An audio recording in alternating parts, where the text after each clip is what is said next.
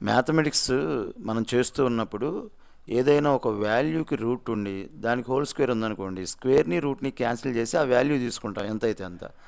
అది ఎలా వచ్చిందో థియరిటికల్గా ఎక్స్ప్లెయిన్ చేస్తాను చూడండి.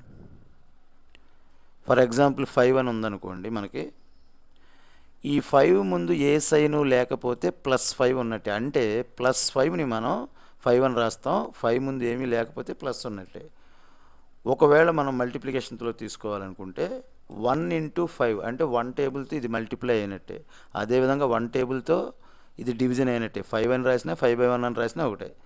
అదేవిధంగా ఎక్స్పోనెన్షియల్ ఫామ్ చూడాలనుకోండి, 5 ఇంటూ x⁴0 అంటే x⁴0 వాల్యూ 1 కాబట్టి 5 ఇంటూ x⁴0 అని రాసుకోవచ్చు 5 ఉన్న చోట మనకు అవసరాన్ని బట్టి. అదేవిధంగా పవర్లో ఏమీ లేదనుకోండి 1 ఉన్నట్టే.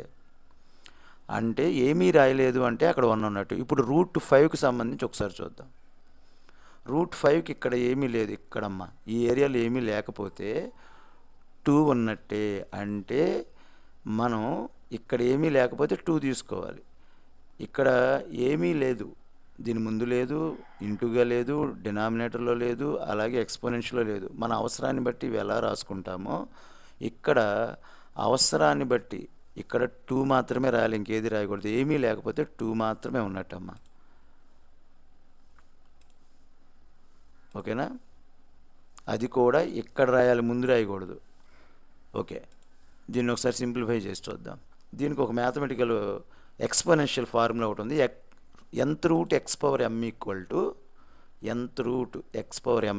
To x⁴m/n. ఈ ఫార్ములాని దీనికి అప్లై చేద్దాం.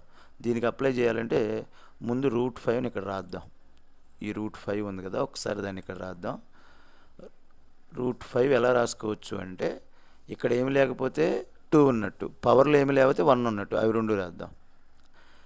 ఇప్పుడు దీనికి ఈ ఫార్ములాని అప్లై చేస్తే మీకు 5/1/2 అని వస్తుంది. అంటే √5 ఎక్కడున్నా సరే అక్కడ మనం 5/1/2 అని రాయొచ్చు.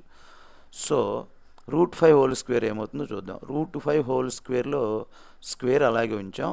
√5 అంటే 5/1/2నే కదా, దాన్ని ఇక్కడ సబ్స్టిట్యూట్ చేసాం.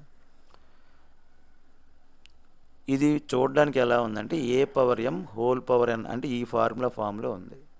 ఇలా ఉంటే బ్రాకెట్ ఓపెన్ చేసి m×n అంటే 2 పవర్స్ని మల్టిప్లై చేయాలి. సో ఈ 2 పవర్ని మల్టిప్లై చేసామనుకోండి, 5/1/2 × 2.